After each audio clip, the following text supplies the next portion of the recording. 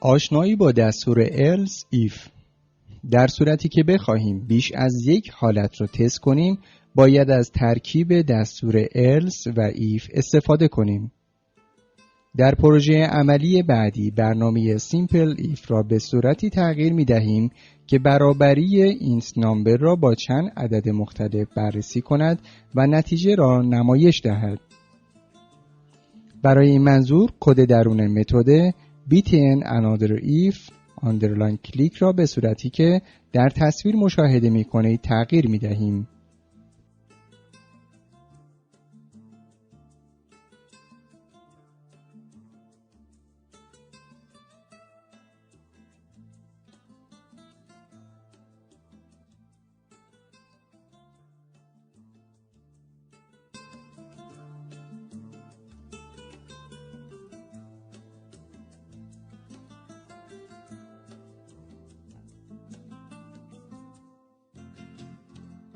حال برنامه را اجرا می کنیم و روی دکمه فرمان Another if کلیک می کنیم. در این صورت کادر پیغامی مشابه تصویر را مشاهده می کنید. حال ببینیم کدهای موجود در این پروژه به چه صورت کار می کنند. در این برنامه دستورات بخش else if اجرا می شوند زیرا int number برابر با عدد 27 است. در نتیجه عبارت داخل else if درست خواهد بود. توجه شود که اگر شرط داخل else if نیز غلط بود کدهای بخش else اجرا می شدند. در یک سری دستورات if و else if متوالی شرایط از بالاترین if به سمت پایین بررسی می شوند و اولین عبارتی که درست ارزیابی شد دستورات مربوط به آن اجرا می شوند. پس در برنامه قبل اگر شرط اول را به گونه‌ای تنظیم کنیم که درست باشد، برای مثال داخل پرانتز عبارت int number بزرگتر از 10 را قرار دهیم که به علت بزرگتر بودن int number از 10 برابر با true است.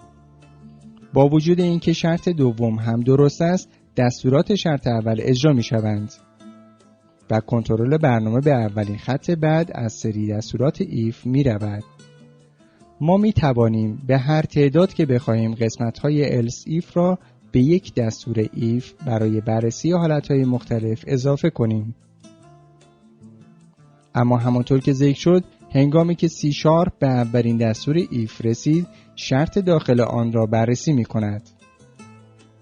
اگر عبارت داخل پرانتز درست ارزیابی شود دستورات داخل بلاک if اجرا می شوند و کنترل برنامه به اولین خط بعد از سری دستورات if و else می رود.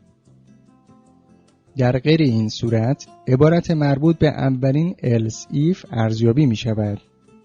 این روند ادامه پیدا می کند تا برنامه به بلاکی از دستورات برسد که حاصل آن درست باشد.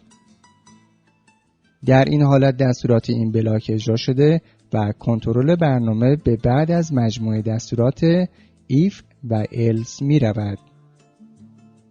هنگام بررسی یک سری از حالتها بهتر از آنهایی را که احتمال درست بودنشان بیشتر است ابتدا بررسی کنیم.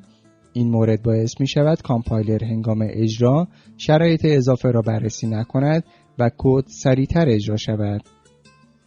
در مواردی که تعداد قسمت‌های else if در برنامه زیاد باشد و حالتهای زیادی را باید بررسی کنیم به جای استفاده از if و else if می توانیم از switch استفاده کنیم که در قسمت‌های بعدی توضیح داده می شوند.